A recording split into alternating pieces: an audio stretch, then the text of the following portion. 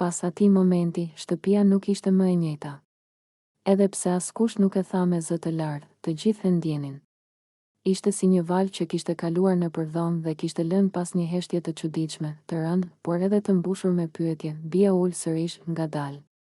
Jo si dikush që kishte humbur, por si dikush që kishte thënë më në fund atë që i diqte brenda.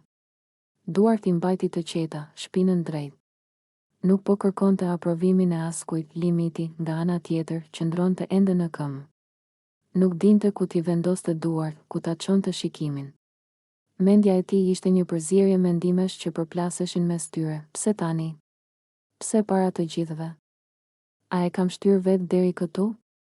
Banorët filluan të lëviznin pak nga pak, sikur donin ta shpërndanin tensionin, por askush nuk po largohej vërtet. Çdo hap ishte i kujdesshëm.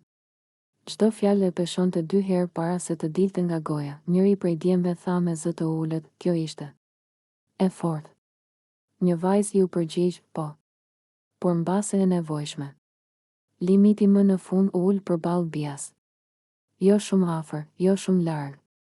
Distanca mes tyre ishte simbolike, aq sa për të treguar se diçka kishte ndryshuar, por ende nuk ishte zgjidhur. Ti e di që nuk jam njeri që i bën gjërat për sy e faqe, tha ai me zë të qetë, por serios, e di. U përgjigj Bia. Prandaj e bëra unë. Kjo fjalë i rarën. Jo si akuzë, por si e vërtetë.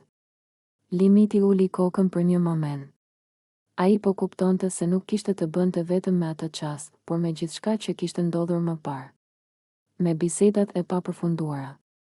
Me shikimet që shmangeshin. Me ndjenjat që shtyeshin gjithmonë për më vonë, më ke lënë gjithmonë në mes, vazhdoi Bia. As po, as jo. Dhe kjo lodh më shumë se një refuzim. Në dhomë nuk dëgjohej më asgjë tjetër. Edhe ata që donin të bënin sikur nuk po dëgjonin, ishin të përfshirë emocionalisht. Sepse secili në një mënyrë tjetër e kishte përjetuar diçka të ngjashme. Limiti ngriti syt, ndoshta kam pasur frikë, pranoi. Jo nga ajo që do të ndryshonte nëse do ta pranoja.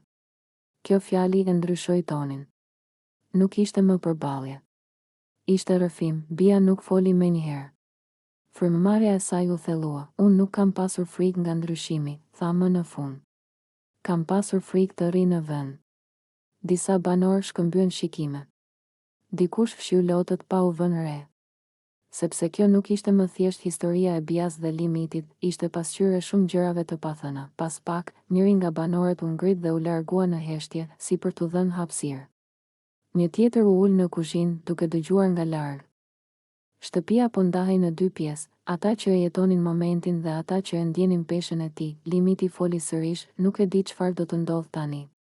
Bia buzëqeshi lehtë. Jo me ironi, por me lodhje, as unë. Por tani të paktën është e vërtetë. Heshtja që pasoi nuk ishte më e rëndë. Ishte e qetë. Sipas një stuhje që ka shkundur gjithçka, por ka lënë ajrin më të pastër, atë mbrëmje, secili banor ushtri në shtrat me mendimet e veta. Dritat u fikën një nga një, por bisedat vazhdonin në mendje. Emri i Bias dhe i Limitit përmendej pa u thënë. Momenti riluej në kujtesë, në detaje, në tone, dhe diku, mes gjithë kësaj, ishte një e vërtetë e thjeshtë. Kur dikush ka guximin të thyej heshtjen, asgjë nuk mbetet më e njëjtë, as për ata që flasin, as për ata që vetëm shikojnë.